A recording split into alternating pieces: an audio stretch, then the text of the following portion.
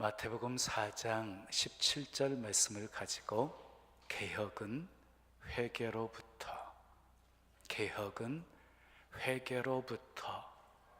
라는 제목으로 말씀을 전합니다. 자, 제가 전 시간에 로마 시민권과 천국 시민권 이런 제목으로 말씀드렸고, 그 다음 시간 천국 시민권을 소유하려면, 그래서 계속해서 천국에 대한 얘기를 드렸지요. 오늘은 그 천국 3탄입니다. 무슨 종교 개혁 주일에 어떻게 천국에 대해서 말씀하시려고 하시냐고요? 천국도 회개할 때 임하거든요. 자, 그래서 한번 따라 합시다. 개혁은 회개로부터. 오늘은 종교 개혁 500주년 되는 기념주일입니다. 어느 해보다도 뜻깊은 해지요. 500주년. 자, 종교개혁은 1517년 10월 31일에 시작이 되었습니다. 마틴 루터가 95개 조항의 반박문을 비텐베르크 성교회 정문에 게시함으로써 시작이 되어졌습니다. 사진 좀 띄워주시지요. 저게 비텐베르크 성교회 정문입니다. 제가 4, 5년 전에 독일 유학생 집회를 마치고 가깝거든요. 프라하도 가깝고, 그래서 제가 이렇게 다니면서 현장을 직접 봤어요. 아주 감격이 얼마나 크게 임했는지 몰라요. 자, 그런데 마틴 루터로 시작된 이 개혁운동은 2년 만에 전 유럽으로 퍼지게 되어지고 개신교회가 탄생하게 되어집니다. 그래서 10월 31일은 개신교회 생일과 같은 날입니다. 근데 여러분, 종교개혁은 이미 루터가 등장하기 100년 전부터 시작이 되었어요. 체코의 가장 존경받는 민족의 영웅 얀 후스에 의해서 시작이 되었습니다. 자, 얀 후스의 동상 비춰주세요. 얀 후스의 동상은 프라하 구시가지 광장에 저렇게 세워져 있어요. 얀 후스는 프라하 대학에서 신학을 가르쳤고 총장도 역임했고, 그리고 로마 카톨릭 교회에서 사제로 서품받은 그런 성직자였습니다. 자, 그런데 후스에게 전환점이 찾아오게 되어지는데 존 위클리프의 글을 읽고 나서부터였어요.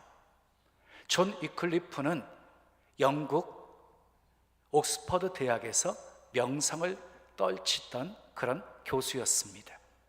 그런데 카톨릭 교회의 잘못된 점, 고쳐야 할 점들을 수많은 글들을 통해서 발표를 하게 되어져요.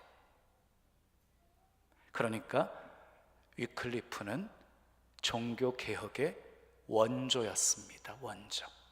자, 위클리프의 영향을 받은 사람이 얀 후스였어요.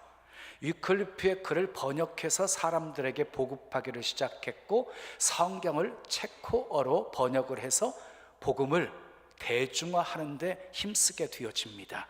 그리고 카톨릭 교회와 교황의 권위에 정면으로 도전하면서 카톨릭의 개혁과 변화를 촉구합니다. 교황을 비롯해서 고위 성직자들의 세속화에 대해서 아주 강렬하게 비판을 합니다.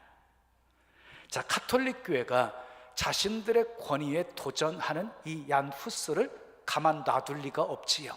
그래서 교회에서 추방을 시켜요. 그리고 프라하에서 설교를 못하도록 금지를 시킵니다. 그리고 이단으로 몰아가지고 1415년 7월 6일 날 화형을 시킵니다. 얀 후스의 체코어로 뜻은 뭐냐면 거위라는 뜻이에요. 거위. 그런데 얀 후스가 화형을 당하면서 이제 100년이 되어지기 전에 종교 개혁이 일어날 것을 예언을 하면서 이렇게 외칩니다. 지금은 당신들이 거의 한 마리를 불태우지만 100년 후 백조가 노래하는 소리를 듣게 될 것이다.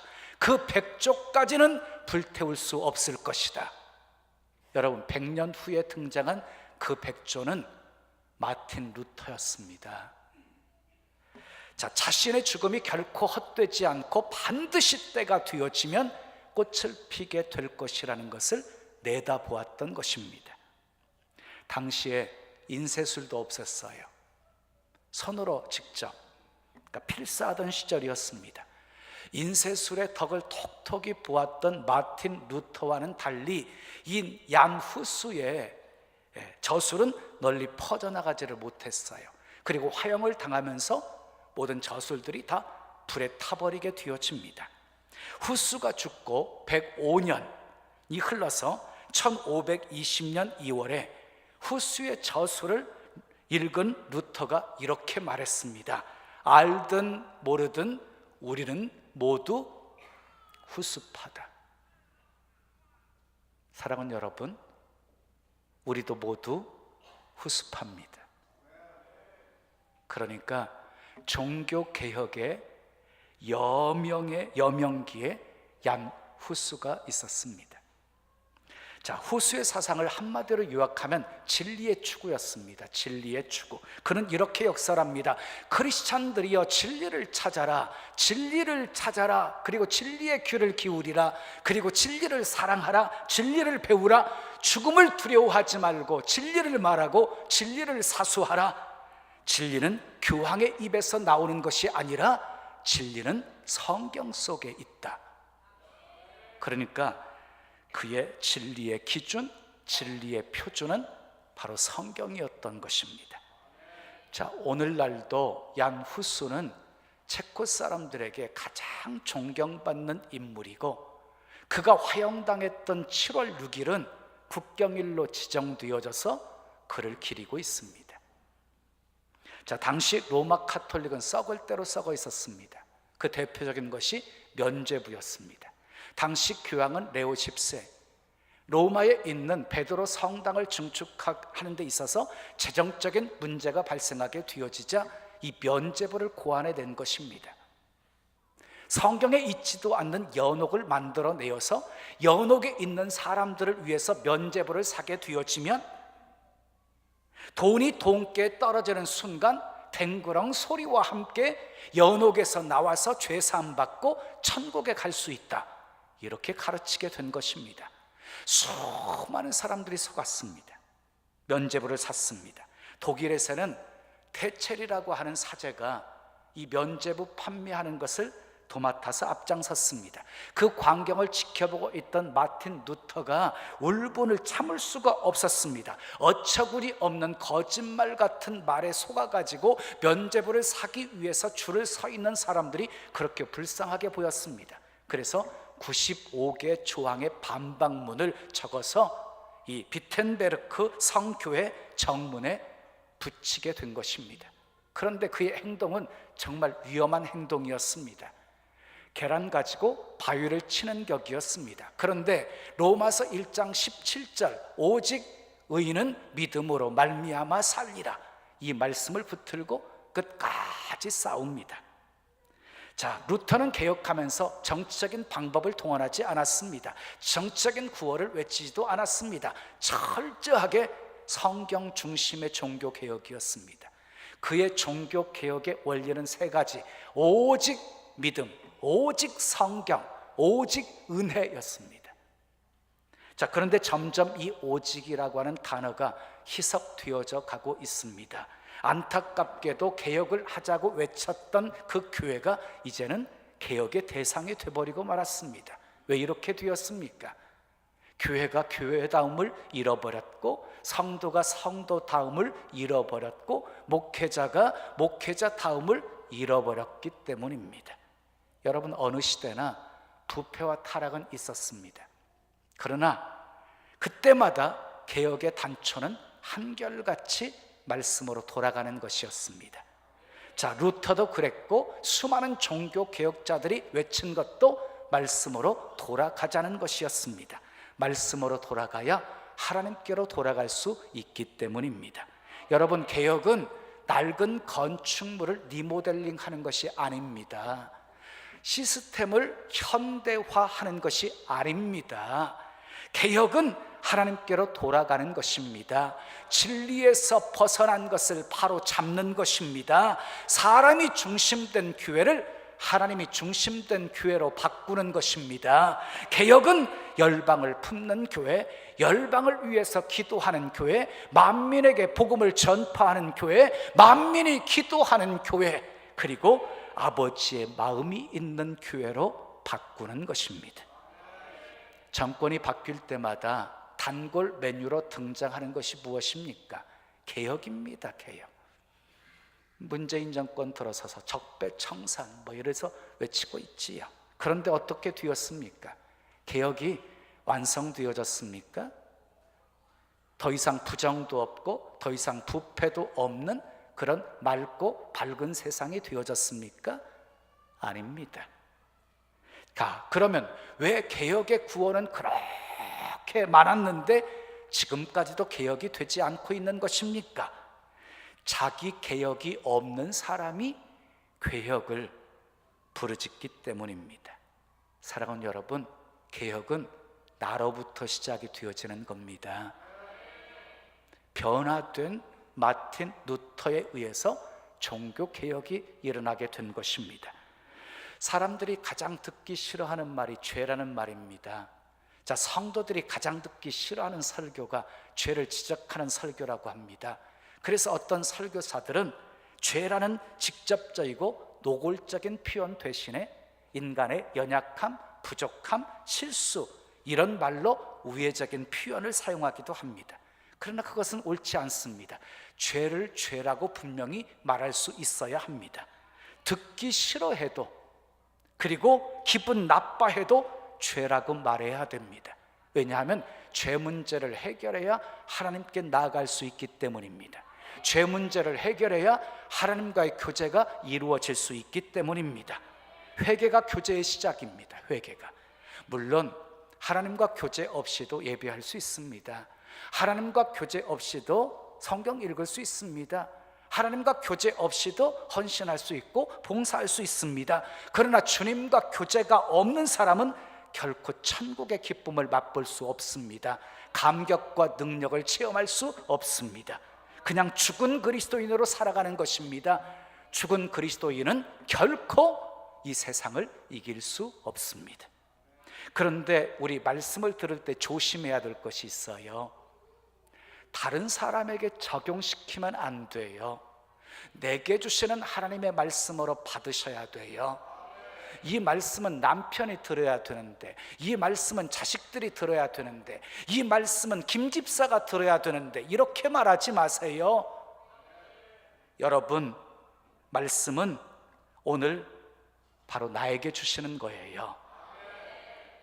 오늘 나에게 주시는 말씀이에요. 자, 말씀의 빛 앞에 자기를 숨기지 마십시오. 하나님께서 말씀으로 죄라고 하시면 변명하지 마시고, 핑계대지 마시고, 못 듣는 척하지 마시고 인정하십시오. 그리고 회개하십시오. 회개는 가장 인기 없는 말씀이지만 가장 중요한 말씀입니다. 400년의 침묵 기간을 깨고 광야에서 외치는 소리가 있었습니다. 세례 요한의 외침이었습니다. 세례 요한이 무엇을 선포합니까? 회개하라, 천국이 가까이 왔느니라 하고 선포합니다. 예수님이 사역을 시작하시면서 제일 먼저 선포한 메시지가 무엇이었습니까? 오늘 읽은 본문 마태복음 4장 17절 말씀입니다. 함께 읽겠습니다. 시작. 이때부터 예수께서 비로소 전파하여 이르시되 회개하라, 천국이 가까이 왔느니라 하시더라 그랬어요. 여러분, 이 말씀은 굉장히 짧지만 매우 중요한 말씀입니다. 예수님께서 이 땅에 오신 목적을 아주 분명하게 밝혀주고 있기 때문입니다. 예수님은 이 세상에 오신 이유는 우리에게 천국을 주러 오신 것입니다. 천국을 주시려고 오셨습니다. 자, 여기서 가까이 왔다라고 번역되어진 엥기켄, 헬라어로 엥기켄은 엥기조라고 하는 동사의 현재 완료형입니다. 현재 완료형. 그래서 당시 성서학자 도드는 엥기켄을 왔다, has come 이렇게 번역해야 옳다고 아주 강력하게 주장을 했습니다. 그의 말은 무슨 말이냐면 천국이 예수님과 함께 이미 이 땅에 와 있다, 이런 의미를 말씀한 것입니다. 사랑하는 여러분, 그러므로 천국은 장차 들어가서 살게 될 미래적인 천국만 있는 것이 아니라 오늘 이 땅에서 우리가 누리는 현세적인 천국도 있는 것입니다. 자, 그러나 우리가 이 세상에서 누리는 천국은 완전한 천국이라고 할 수는 없습니다. 이 세상에서는 여전히 슬픔이 있고 고통이 있고 분쟁이 있고 죽음이 있고 죄가 있고 그 죄의 배후에는 사탄이 역사하고 있기 때문입니다. 그럼에도 불구하고 우리는 이 세상에서 천국을 누리며 살 수 있습니다. 예수님이 우리와 함께 하시기 때문입니다. 예수님이 하나님의 나라이기 때문입니다. 자, 돈이 주인인지 예수님이 주인인지는 경제적인 어려움이 찾아오면 알 수가 있습니다. 돈이 주인인 사람은 돈이 사라지게 되어지면 그 마음이 지옥이 됩니다. 그러나 예수님이 주인인 사람은 좀 돈이 없어도 늘 천국을 소유하고 살 수 있습니다. 자, 내가 주인인지 예수님이 주인인지 자존심이 상하는 일을 겪어보면 알 수가 있습니다. 억울한 일을 당하고 무시를 당할 때에도 예수님이 주인인 사람은 그 마음이 천국이 임합니다. 의를 위해서 핍박을 받는 자는 오히려 복이 있다는 것을 알기 때문이지요. 그런데 자신이 주인인 사람은 그런 일을 경험하게 되어졌을 때 그 마음은 지옥이 되어집니다. 자, 자식이 주인인지 주님이 주인인지 자녀에게 어려움이 찾아오면 알 수 있습니다. 예수님을 주인으로 모시고 사는 사람들은요, 자녀에게 어려움이 찾아왔을 때 모든 것을 주님께 다 맡깁니다. 그리고 자녀로 인해서 걱정하거나 두려워하지 않습니다. 그 마음에는 천국이 있습니다. 그러나 자녀가 주인인 사람은 자녀에게 어려운 일이 닥치게 되어지면 그 마음이 지옥이 됩니다. 회개를 뜻하는 헬라어 메타노이아는 감정적인 후회를 말하는 것이 아닙니다. 죄에서 완전히 돌아서는 것을 의미합니다. 죄에서 완전히 돌아서는 것, 그리고 회개에 합당한 열매를 맺는 것을 말합니다. 사랑하지 못했던 사람이 사랑하게 되어지고, 용서하지 못했던 사람이 용서하는 사람이 되어지고, 말씀에 순종하지 못했던 사람이 순종하는 사람으로 바뀌어지는 것이 회개의 열매입니다. 자, 후회와 회개는 달라요. 후회와 회개는 잘못을 인정한다는 면에서는 같습니다. 그러나 후회는 죄를 버리기로 결단하지는 않습니다. 왜냐하면 그 죄를 사랑하기 때문입니다. 그 죄를 즐기기 때문입니다. 여러분, 여전히 죄를 사랑하고 죄를 즐기는 사람이 하나님 앞에 나와서 하나님 잘못했어요 하고 기도한다면 그것은 진실된 회개가 될 수가 없는 것입니다. 하나님, 제가 잘못했습니다. 죄를 사랑했습니다. 죄를 즐겼습니다. 이제는 그 죄를 버리겠습니다. 이제는 그 죄를 미워하겠습니다. 주여 도와주시옵소서. 이게 진실된 회개가 되는 것입니다. 잠언 28장 13절은 이렇게 말씀합니다. 자기의 죄를 숨기는 자는 형통하지 못하나 죄를 자복하고 버리는 자는 불쌍히 여김을 받으리라. 여러분 기억하십시오. 죄를 숨기고 회개하지 않는 사람은 결코 형통할 수가 없습니다. 죄가 하나님과 우리 사이를 가로막고 있기 때문입니다. 그래서 되는 일이 없습니다. 그런데 죄를 자복하고 버리는 사람들은 하나님께 불쌍히 여김을 받게 되어집니다. 우리는 연약해서 죄를 회개하면서도요, 자꾸 또 반복되어지는 죄를 지어요. 그렇지요. 여러분, 회개하는 회개가 뭐예요? 계속 반복되는 회개 아니에요? 몇 가지 되지도 않지요. 뭐 한두 가지지요. 예? 우리 크리스찬들 그렇게 뭐 못된 짓 많이 하면서 살지 않잖아요.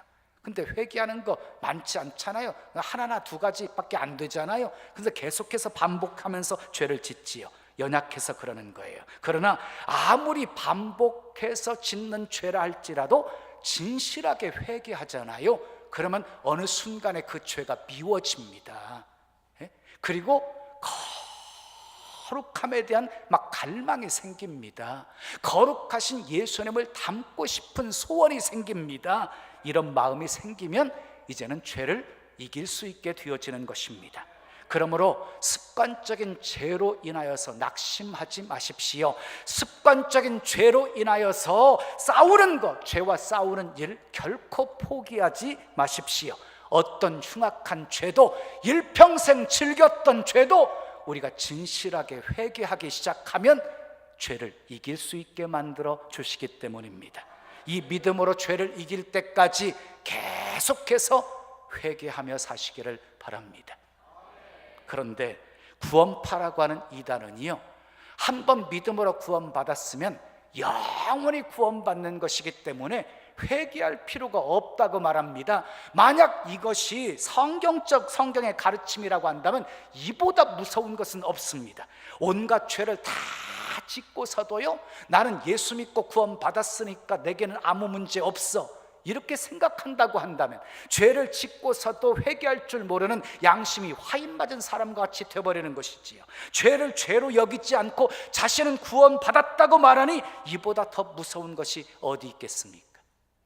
우리 예수님께서는 그런 사람을 향해서 아주 분명하게 이렇게 말씀하십니다. 요한복음 13장 8절에 네가 나와 상관이 없느니라.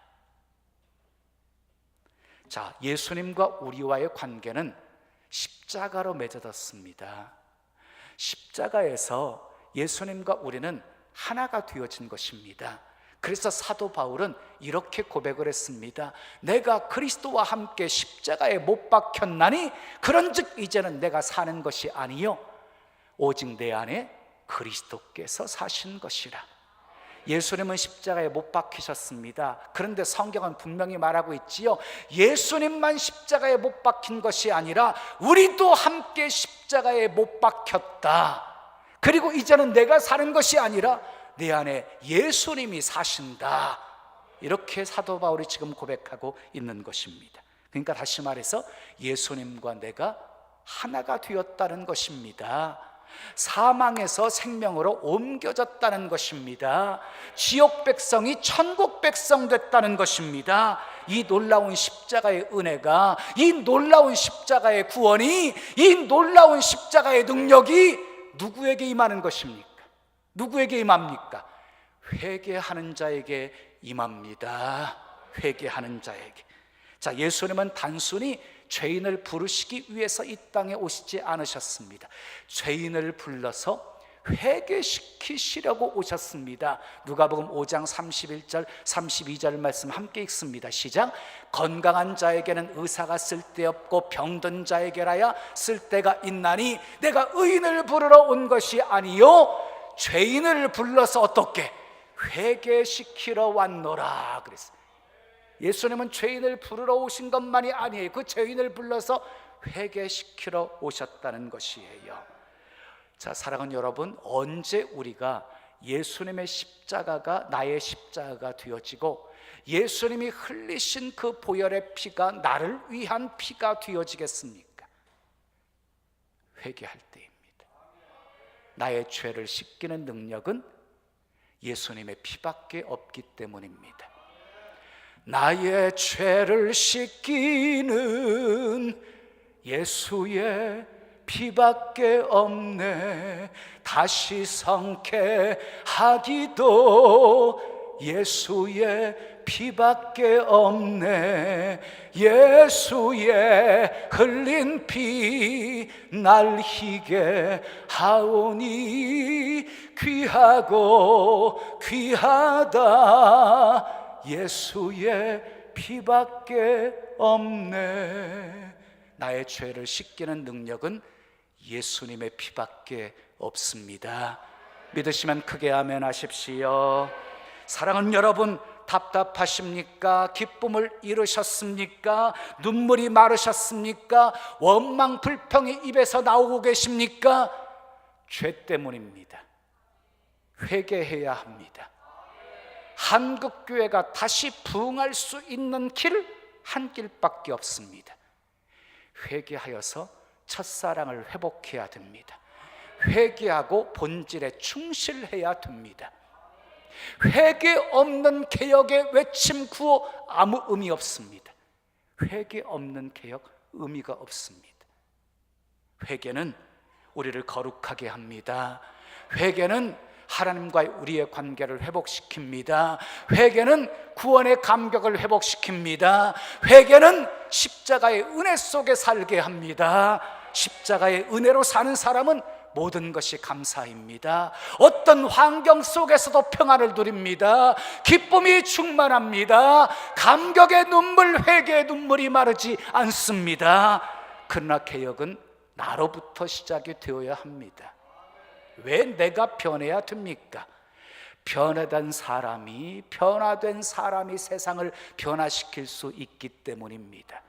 변화된 모세가 이스라엘 백성들 해방시켰고, 변화된 베드로가 초대교회를 부흥시켰고, 변화된 사도 바울이 수많은 이방인들을 예수님께로 인도하는 사도가 되었습니다. 이제 크게 아멘할 준비하십시오. 이제 형식적인 신앙 버립시다. 형식적인 신앙 버립시다. 말씀대로 삽시다. 하나님의 영광 위에 삽시다. 천국의 기쁨과 평안과 능력을 누리며 삽시다. 그래서 주님이 기뻐하시고 주님이 인정하시고 주님이 칭찬하시는 복된 교회, 복된 성도 다 되시기를 예수님의 이름으로 축원합니다. 축원합니다. 우리 찬송 드리고 기도해요. 오직 주의 은혜로. 지금 여기 서 있네. 제가 처음 이 찬양을 접했던 때가 몇 년 전인지 정확히 모르겠는데요, 케냐 몬바사에서 동중부 아프리카 선교사들 다 모여서 선교사 대회를 할 때 제가 주강사로 가서 설교를 할 때였거든요. 그때 찬양 집회를 인도하던 분이 이 찬양을 부르는데요, 얼마나 내가 지금 주의 은혜로 여기 서 있네요 하는 고백과 함께 감사와 감격의 눈물이 그냥 막 흘러서 막 주체할 수 없을 정도로 그렇게 은혜 받았던 찬양이에요. 여러분들에게도 그런 은혜가 흘러갈 수 있기를 축복합니다. 자, 오직 주의 은혜로 지금 여기 서 있네. 우리 찬양하지요. 우리 두 손 가슴에 모으시고 기도합니다.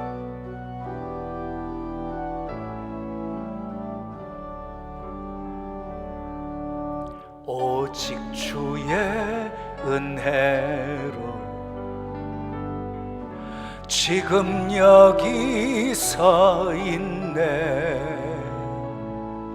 한없는 경배, 한없는 찬양, 내 영혼 예배 드리네. 나를 위해 이 땅에 오신 주의 그 은혜, 십자가 고통 이기신 주님, 그 은혜 어찌 잊으리. 주 은혜 날 채우시네. 주 은혜 보게 하시네. 살아가는 동안 은혜로만 살리 십자가 은혜로 오직 주의 은혜로 오직 주의 은혜로 지금 여기 서 있네 지금 여기 서 있네 한없는 경배 한없는 경배 한없는 찬양 내 영혼 예배 드리네 나를 위해 이 땅에 나를 위해 이 땅에 오신 주의 그 은혜 십자가 고통 이기신 주님 그네 어찌 주리 주네 날 채우시네 주네 보게 하시네 살아가는 동안 은혜로만 살리 십자가 우리 한 번 더 찬양해요 오직 주의 은혜로 오직 주의 은혜로 지금 여기 서 있네 한없는 경배 한없는 찬양 한없는 찬양 내 영혼 예배 드리네 나를 위해 이 땅에 오신 주의 그네 오신 주의 그 은혜 십자가 고통 이기신 주님 그네 어찌 주리 주네 날 채우시네 주네 보게 하시네 살아가는 동안 은혜로만 살리 십자가 은혜로 주네 날 채우시네 날 채우시네 주네 보게 하시네 주네 보게 하시네 살아가는 동안 은혜로만 살리 십자가 은혜로 한 번 더 주네 날 채우시네 주네 날 채우시네 주네 보게 하시네 살아가는 동안 은혜로만 삽시다 은혜로만 살리 어떤 은혜요 십자가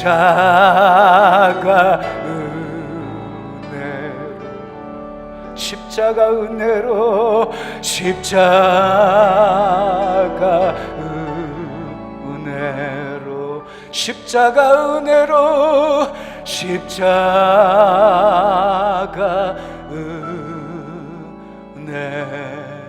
은혜로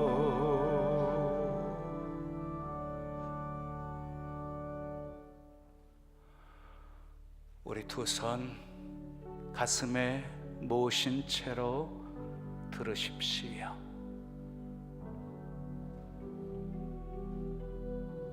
우리는 오직 십자가 은혜로 사셔야 돼요.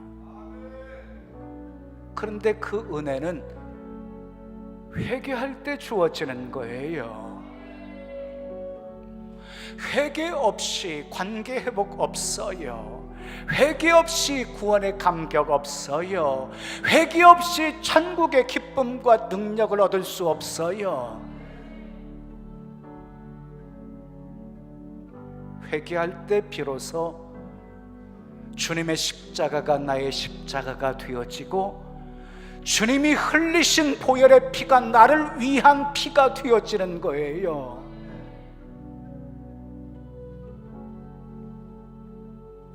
우리 종교개혁 500주년이라고 하는 뜻깊은 그런 해를 맞이했어요. 그걸 기념하는 주일이에요. 오늘 우리 주님이 우리에게 가장 무엇을 원하실까요? 제가 말씀 준비하면서 우리 주님이 원하시는 것이 무엇일까를 생각했는데요, 결국 회개였어요. 회개 없는 종교개혁 아무 의미 없어요. 모든 것의 변화의 시작은 회개로부터 시작되어지기 때문이에요. 내가 주인 되어 살았던 것 회개하십시오. 말씀대로 순종하지 못하고 내가 하고 싶은 대로 살아왔던 것 회개하십시오. 하나님이 중심이 아니라 내가 내 인생의 중심이 되어서 하나님도 나를 중심에서 움직이게 만들었던 것 회개하십시오.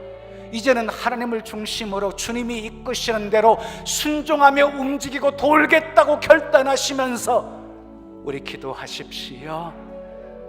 하나님이 여러분들에게 회개의 영을 가득 부어주시기를 축복합니다.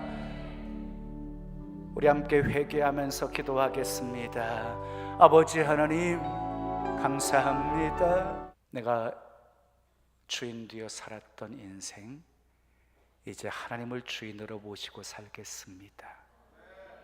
내 마음대로 살았는데, 내 좋을 대로 살아온 인생, 이제는 말씀대로 살겠습니다. 하나님 영광 위에 살겠습니다. 이렇게 결단하시는 분들 두 손 가슴에 모시고 기도를 받으십시오.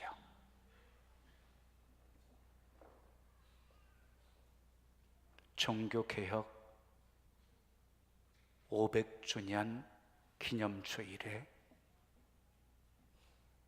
우리 주님이 우리에게 가장 원하시는 것이 회개라고 생각되어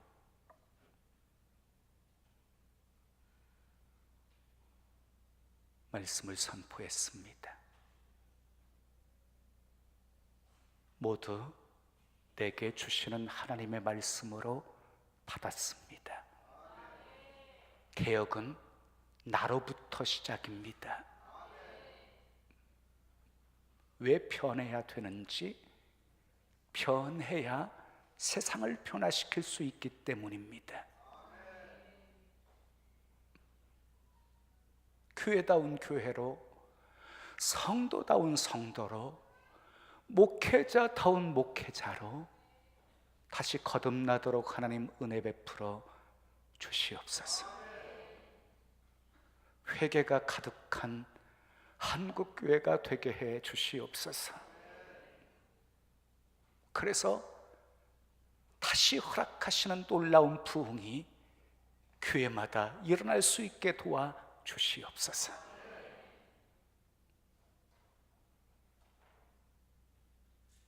이제는 회개하며 첫사랑 회복하고 본질에 충실하며 하나님 중심으로 살고 아버지의 하나님의 기쁨 되어 살겠다고, 이제는 말씀대로 살겠다고 결단한 사랑한 성도들, 하나님 기억해 주시옵소서. 불쌍히 여겨 주시옵소서. 은혜를 베풀어 주시옵소서. 영혼이 잘됨으로 범사가 잘되고 강건한 축복이 삶에 가득하게 도와 주시옵소서. 십자가의 은혜로 널 구속하신 그 은혜에 감사하고 감격하며 살게 도와 주시고, 예수님만 생각해도 눈물이 핑 돌고 가슴이 찡하고 그런 감격 속에 살아가게 해 주시옵소서. 과연 예수 믿는 사람들은 달라 하는 소리를 듣는 성도들 되게 해 주시옵소서. 그래서 깨어진 신뢰, 우리를 통하여서 조금씩 회복되어져 가게 도와 주시옵소서. 작은 촛불 하나가 온 세상을 밝히기는 어렵지만 그 작은 촛불들이 모아졌을 때 큰 불을 일으키는 것을 믿습니다. 세상의 어둠을 밝히는 빛으로 살게 하시고 세상의 부패를 막는 소금으로 살 수 있게 해 주시옵소서. 예수님의 이름으로 축복하며 기도합니다. 아멘.